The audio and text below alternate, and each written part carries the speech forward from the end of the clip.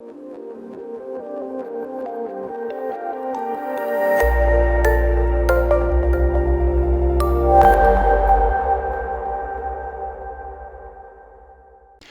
I'm Mark Gaylor and I'm a Sony Imaging Ambassador, but this is a lens review of Sigma's 90mm f2.8 prime. Now some of you might be thinking, what is a Sony Ambassador doing reviewing a Sigma lens?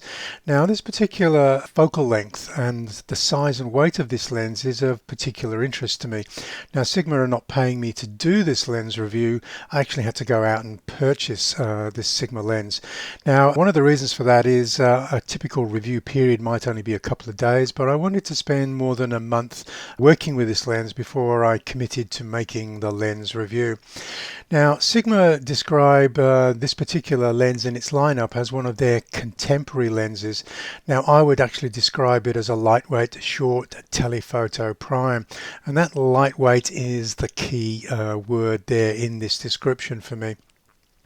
Now if we look at the 60mm, 90mm DG-DN contemporary, now what does all of that DG-DN mean? Now in Sigma's nomenclature, the DG stands for one of their full frame lenses. The DN means that the lens was designed for mirrorless cameras, and contemporary means it's smaller, lighter and more affordable than one of the lenses in their art series. Now what do we mean by more affordable? Now at the time of making this lens review, you could purchase this lens from B&H Photo for US $639. Now if we look at the dimensions of this lens, sitting out in front of your lens mount is a length of 2.4 inches. That's really quite short. And if we put on the lens hood and measure the diameter across the wider lens hood, not the barrel of the lens, you'll see a diameter of 2.75 inches. Now the naked weight, and what I mean by naked is without the lens caps or lens hood, it's 295 grams or just 10.4 ounces. Now if we add the lens hood and the lens caps, and the weight going into your camera bag rises to 12.9 ounces or 367 grams. Now before I forget to mention this, and it's not really an important feature of this particular lens, but the lens will have two different lens caps in the box. One is the typical sort of pinch to remove lens cap. The other one is a magnetic lens cap. And that comes in the box when you purchase this lens.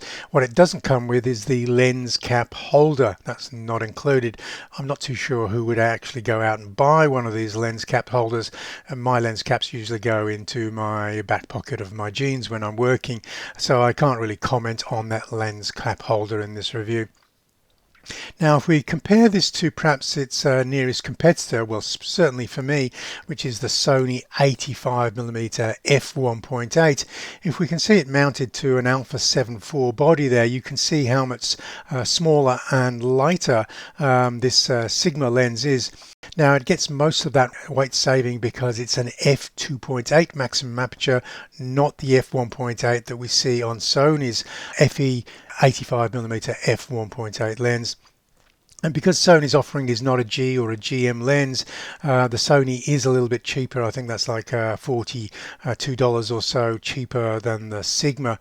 Now I'll talk a little bit about the differences between these two lenses, and I do own the Sony lens as well as the Sigma. I'm a little bit drawn to this particular focal length, as you'll see in the rest of this review period. So let's take a look at some of the key points that you may be interested in owning this lens. It's got a stepping focus motor for quick and quiet AF, and of course it is quite quick and it is quite quiet. I suspect it's not as fast in the AF department as one of Sony's lenses using their latest dual linear XD focus motors, but I have to say it was fast enough for what I was using it for. It's got the same rounded 9-blade aperture for smooth bokeh that the 85mm f1.8 Sony lens has, and certainly no complaints in that department. It's got a manual aperture ring, including the A position. The A position allows you to control and modify the aperture from the camera. That's an important feature when I'm working with these particular lenses, because sometimes when I'm recalling a memory setting, I want the memory to control the starting aperture of that lens. So we have an AF/MF switch, which of course the Sony lens also has, but we have no custom button. Now that is a little bit of a loss in my opinion, because I do reprogram those custom buttons on the lens for one of my memory recalls. It is a weather sealed all metal body. That all metal body gives you a reassuring weight in the hand. It actually feels heavier, even though it is actually physically lighter than that Sony. Just because it's small and a full metal construction, it actually feels like a solid bit of a lump of metal and glass in your hand. It's even got a brass lens mount there, so no plastic involved in this particular lens. It's got a maximum magnification of 0.2 times. That's not super impressive, but I reckon given its 90mm focal length, it's actually not bad, and I'll show you some close-up photography captured with this lens. It's got no stabilization, so you will be relying on the in-body image stabilization.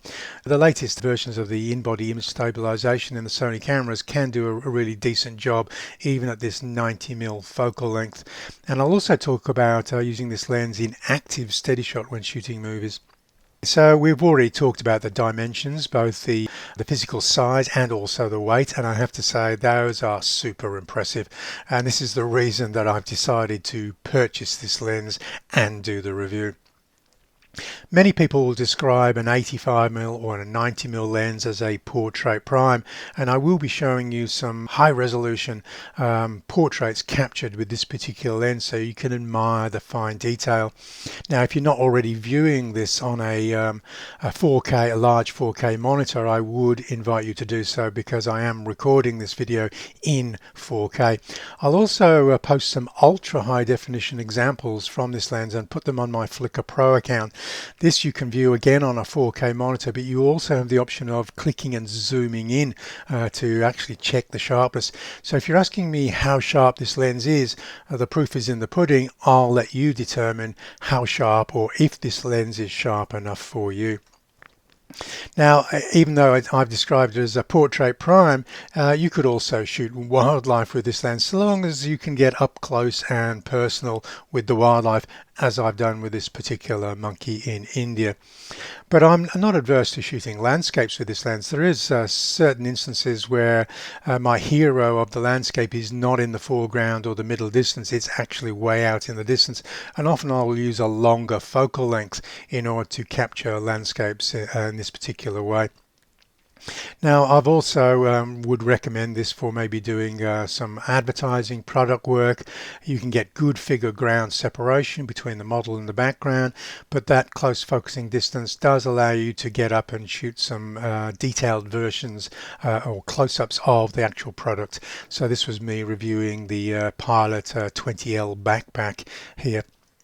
And of course, that close focusing distance, this is an uncropped image, and we can get into 0.5 meters, that's 1.64 feet, and that is a 0.2 magnification apparently. I reckon that's about 1 foot closer than if you were working with the 85mm Sony, so that is really quite impressive. Now, I haven't done any removal of the color fringing. There is a tiny little bit of color fringing when shooting wide open. I'd say this is less color fringing than, say, an 85mm 1.8 Sony or 1.4G Master Sony. You can just about make it out there if you're viewing this on a 4K monitor. But I thought I'd zoom in. Again, it might be subtle and you might be going, what are you talking about, Mike? It is very, very subtle. So it's not really a huge issue. And probably I'm just showing you this so I can tell you it's not a huge issue. So minimal color fringing, you probably never have to go in there and manually remove this color fringing, because it is very subtle. Many of you will be saying, well, I couldn't contemplate owning an f2.8 maximum aperture prime lens. I really need something wider. So you might be saying, oh, I really want the 1.4 aperture or the 1.8 aperture. This was actually captured with the Sony 85mm at its maximum 1.8 aperture, and you can see that silky smooth bokeh from those curved aperture blades, which also the Sigma lens also has. Here's up close and personal doing the head and shoulders portrait with the Sigma f2.8, and I think most people would agree, okay, that background is defocused enough for 95% of photographers. Really, the shallow depth of field is really coming from your proximity. Yes, the aperture is a contributing factor, but it's the 90mm focal length getting up quite close to shoot head and shoulders which is defocusing that background. And I can also show you examples where the background is pleasantly defocused even at f4 and f5.6. Let's focus on this topic because I think this is going to be a deciding factor for many people when they're trying to consider whether an f2.8 prime really has an aperture that's wide enough. Yes, that probably wouldn't be enough for me for a wide angle lens, but in this instance it is a short telephoto lens, so that 2.8 is wide enough in most instances when I'm working. To give you that example again, now I was shooting with this lens in India, and I was also carrying Sony's new 20 to 70mm f4G lens. And I did quite a lot of portraiture with the 2070 at the maximum aperture of f4, and you can see with this guy, he's sitting in front of a wall, but you can see that wall is reasonably well defocused, so that's not really becoming a distraction to this portrait. So if we take a look with other portrait work, sometimes yes, I do have a nice maximum aperture, but sometimes when I want full detail running all the way through the hair and the beard and the tunic, I'll probably even stop down even further. This particular one I was stopped down on the 2070 to f7.1, and we can still see the wall behind this Sadhu is still defocused enough for it to not be a distraction. We've got the pleasant bokeh and colors, but we are getting figure ground separation. So let's take a look at shooting with the maximum aperture on that Sigma. This is the half-length portrait, and this is really where it becomes more important to have that maximum aperture, is so we can defocus a background when we're standing a little bit further away from our subject. And again, I think most people would agree that is well defocused in the background behind this half-length portrait. Now, if I zoom in, or I could even crop in post-production, we could take out a 4K horizontal or landscape aspect ratio from this full frame vertical image, and we can see that we've got rich full detail running all the way through the beard, the eyes. We even have the front of the nose acceptably sharp in this instance at its maximum 2.8 aperture. Now if we compare that to if I had just taken 2 steps closer to frame a head and shoulders, a tight head and shoulders portrait, we can see the lips would possibly be just about acceptably sharp in the eyes, but now we're getting, say, the eyebrows and the moustache and the beard. Now they're defocused, and a lot of people would go, actually I probably would have either stopped down or carried on standing 2 steps further back and then cropped in post to get that extra sharpness that I want throughout the face. Now this is a subjective call that I'm doing here. Some people are really okay with this amount of depth of field, while others would possibly want a little bit more. So to give you a few more examples of this, this is a vertical portrait. Again, I'm a little bit further back. I'm not doing tight head and shoulders here, and we're getting good focus running all of the way through the beard. As you can see, as if I zoom or crop in, you can see the moustache and the beard is really very sharp. Got a little bit of defocus at the front of the nose, even with that further distance from the subject. But again, this is possibly something that I would like. We've even got sharp focus running through those beautiful eyebrows there. But if I again step closer using that maximum aperture, especially illustrated by the case that this guy has got his head leaning back slightly, now the beard and the mouth is closer to the lens, we're getting quite a lot of defocus there. And so f2.8 in many instances, most people now would be too wide for most people. So a lot of people are saying, 2.8 isn't wide enough. Sometimes we would still need to stop down the 2.8 to f4 or 5.6 to get that moustache acceptably sharp. One more example. Again, this is Chaiwala working in Varanasi in India. And again, if we crop in, we got excellent sharpness running through that. The background is nicely defocused. And again, if I just step forward or 1 or 2 steps to get that tight head and shoulders portrait at the maximum f2.8 aperture, again we lose focus in the beard. This is often less noticeable when you're photographing portraits without beards involved, but as soon as you've got those beards involved and they're coming further forward towards the camera, this often would invoke me to stop down to 4 or 5, 6. Okay, let's return to the size of this lens. Now, small is definitely beautiful in this instance, and this is really why I decided to purchase this lens. This is impressively small lens. Now, I reckon Sony could possibly even shave some extra weight because this is a solid metal construction. So even though it's a lightweight lens, it could be made even lighter by manufacturers such as Sony, who don't want to make completely all metal lenses. So to show you some of these examples, here's some smaller primes that I admire because they're very small, they're lightweight, and they've got good optical sharpness. Now I wouldn't take all of these out onto location. That doesn't make a huge amount of sense because you can zoom a little with a prime with your legs. You can step forward a step, step back, and do the zooming that way. But I might take 3 of these primes, and I've highlighted or put a blue glow around 3 of the ones that I prioritized on a recent trip. And they're the 3 lenses on the left here. Now that one on the extreme left is actually an APS-C lens. It's an 11mm, so that has a full frame equivalent when used on a full frame body of 16.5mm. For people who don't want to go there, there is a 20mm from Tamron, an 18mm from Samyang, which are also very compact, lightweight primes. But actually I like this 11mm, it's pin sharp, and if I'm using a high resolution camera, I don't tend to crop aggressively on my landscape images, so that is good enough for me. So I've then got 24 and 50mm compact primes. These are really compact. They sort of follow on from that 35mm f2.8 Zeiss design lenses, which is one of Sony's first 3 full frame E-mount lenses. And then we have the 90mm sitting out there on the right. Yes, it's the biggest and heaviest of those, but it doesn't look out of place, does it? We've got 4 compact lenses that give us a lot of creative choice and freedom when working on location.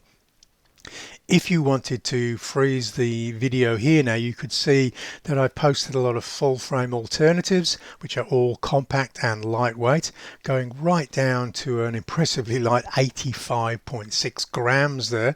And we have some other APS-C alternatives. Interestingly, some of those APS-C alternatives are actually heavier than their full frame equivalents. Interesting that you can make very compact and lightweight full frame primes if you turn your attention to it. This is where I've decided to zoom with my leg, walking forwards or backwards, keeping my motorcycle the same physical size in the frame.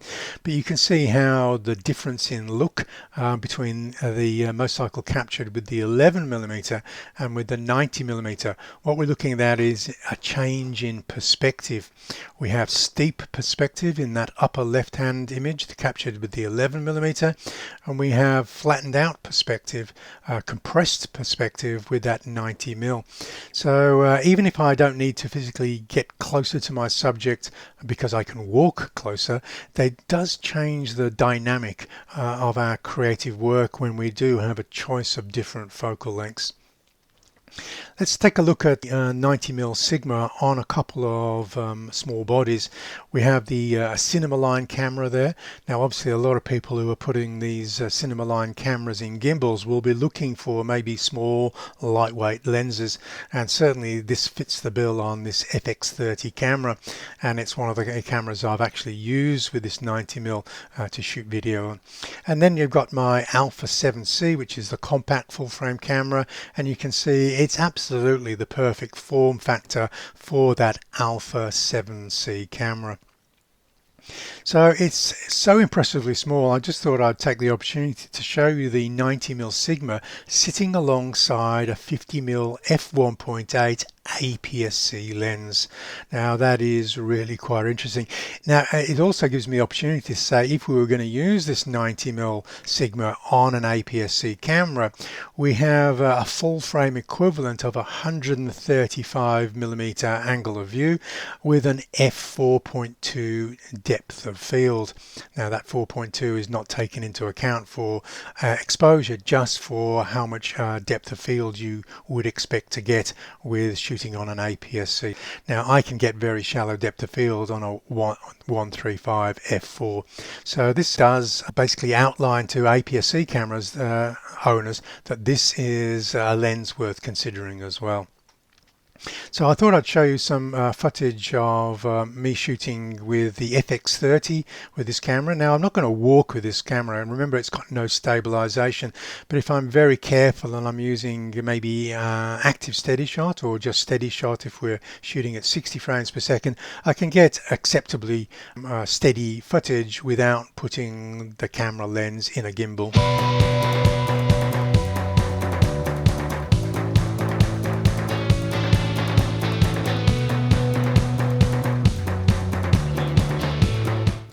And I can also show you a picture of my dog Puppy running.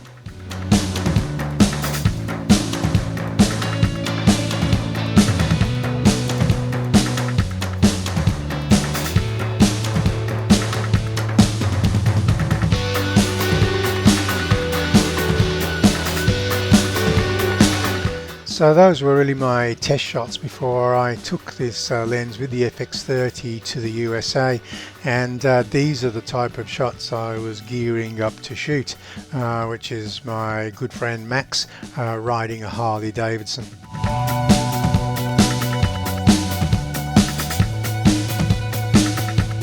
And again, coming round on the Pacific Coast Highway, we can see. Now sometimes I was not able to keep as steady a hand camera as I could, so sometimes I just applied a little bit of additional stabilization in Premiere Pro.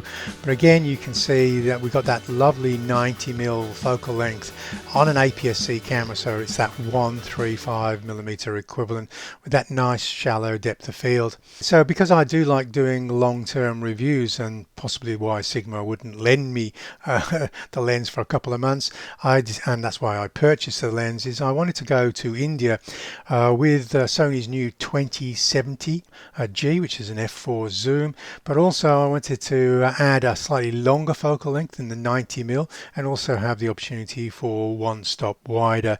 So this was a perfect traveling companion with that 2070 zoom. Now I would have photographed some landscapes for that compressed perspective look when the hero is not in the middle distance or foreground, it's further away. So this is how I'm using this lens to capture this particular bridge in Udaipur in Rajasthan. And then a different city, this is Varanasi, this is the Ganges, and certainly I'm not going to wade out into the Ganges to get this shot of the rising sun, but using that longer focal length does put the sun slightly larger in the frame, so I'm getting the sort of atmosphere and framing that I want from this slightly longer focal length. I would often shoot the full temple with that 20mm on the 2070, but I would go in and then isolate some details within that temple using the 90mm f2.8, and as you can see here, we got some beautiful separation between the character in the sculpture that I want you to look at and the rest, which starts to blur off quite quickly. Now if I'm shooting any of this type of graffiti or textures, I might stop down from 2.8 to f4, and you can see we've got beautiful corner to corner sharpness. We don't need to stop down to 5, 6, 8 or 11. We can get these at the wider apertures with this Sigma lens. But it's the portraits which is going to be the hero here, and again I would invite you to view these portraits on a large 4K monitor if you possibly can, because this is where the strength of this lens is really coming into its own now. I'm going to zoom in and show you the eye here. We've got IAF. Possibly in retrospect I would have stopped down to f4 to get some of the beautiful skin textures around the mouth sharp as well as the eyes. But this is what this image looks like zoomed in. And again, great figure ground separation between this character in Varanasi and the background. There's just a plain wall there, but it's nicely defocused there. And again, zooming in, attention again is all in the eyes. We see the ears, nose defocused, and we've got a few whiskers around the mouth sharp. But again, the depth of field is super shallow, even at f2.8. This is really where the lens comes into its own at f2.8, is when we just step a little bit further back and we can defocus the background here. Here's a musician in Jodhpur, and we can see the musician's partner is in the background but becoming pleasantly defocused there in this particular instance, shot wide open at f2.8. And I can show you many of these, and this camera basically didn't disappoint.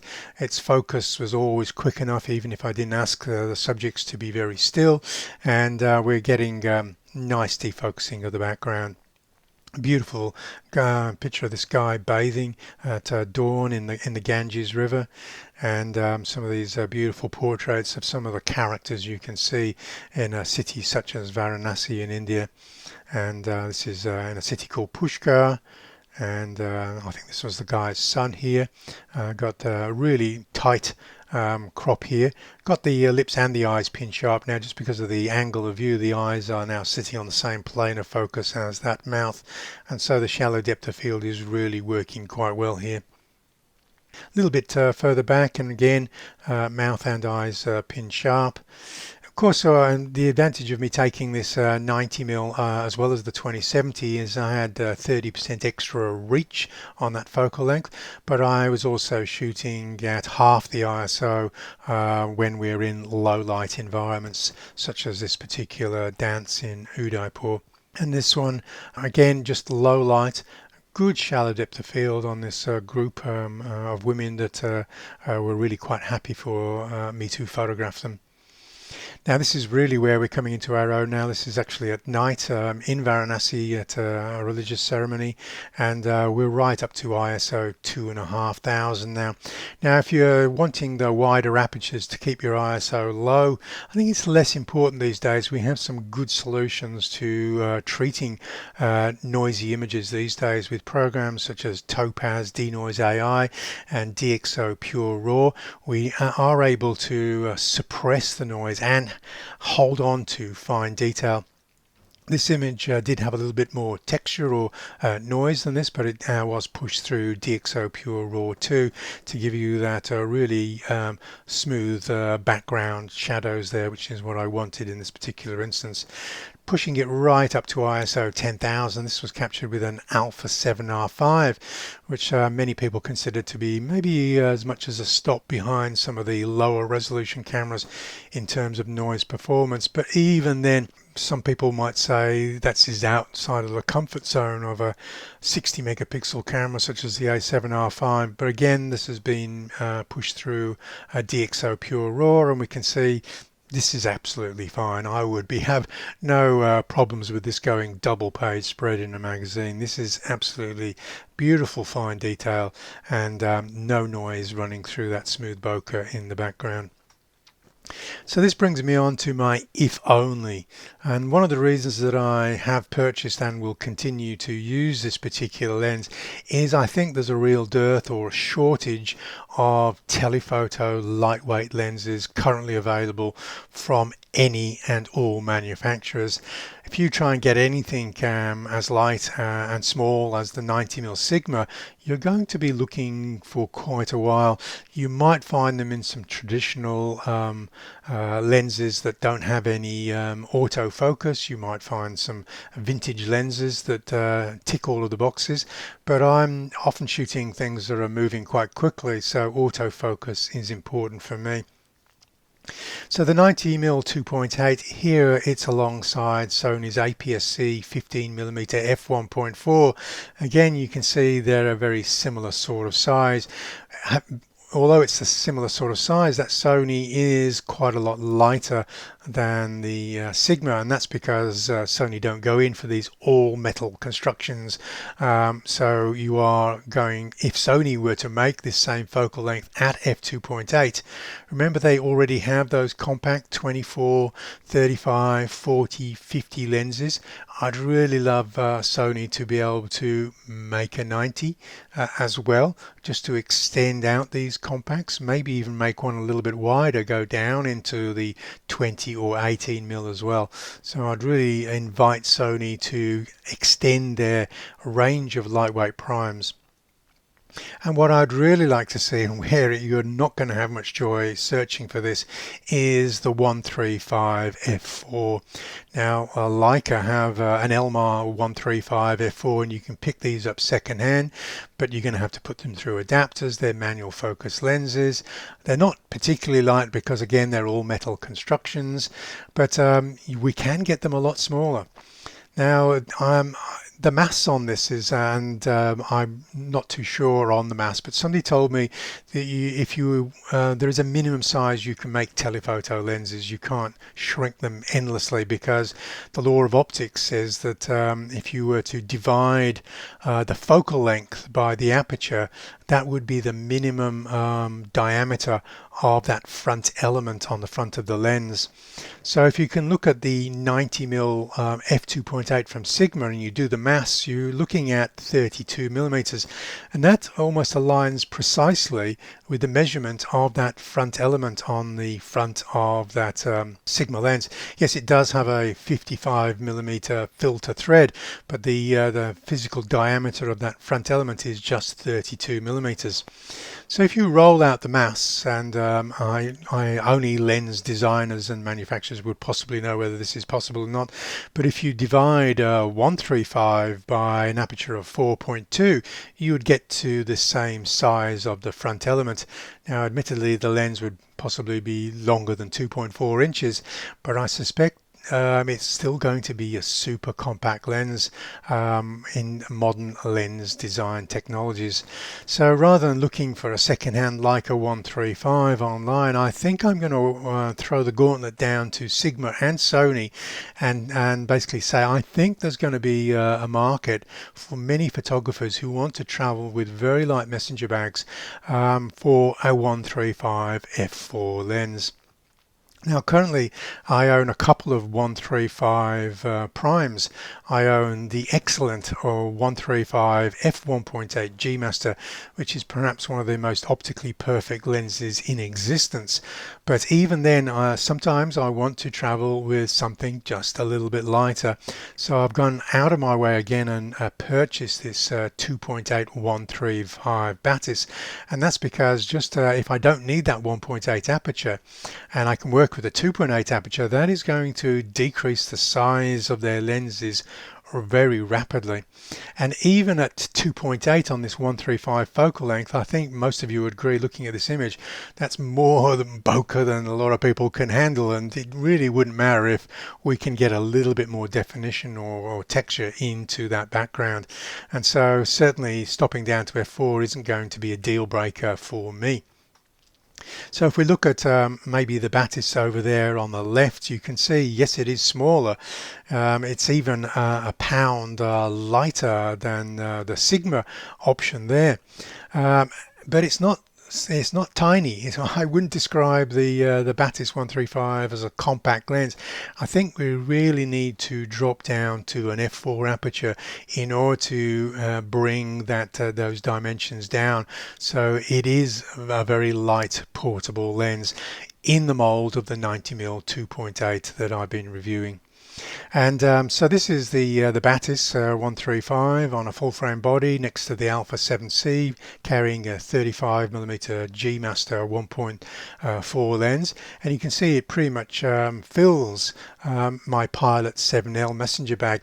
But I'm sort of dreaming of the day where I can get maybe 3 bodies with 3 prime lenses, or just a space on that right side of the camera bag for a 3rd prime or small compact zoom lens. And so this is really one of the reasons I'm making this review is the 90mm Sigma is a great lens, but really I would like to see some other manufacturers getting in on the game here. If you've enjoyed the information in this video tutorial, just give me the thumbs up, hit the subscribe button. If you're looking for ongoing support and I can be a mentor to you in your Sony Alpha journey, just head over to patreon.com/Mark Gaylor. I've got Q&A forums, I've got member-only seminars, which are typically 1 and 2 hour videos on particular topics of photography. I've also got cam set files you can download. This means you can set up your entire camera from a file copied to a memory card, and then it would replicate how I've set up these cameras as outlined in these 500 and 600 page ebooks that patrons are welcome to download from my Patreon channel. Okay, so I'm Mark Gaylor, a Sony Alpha ambassador, and I'll catch you online next time.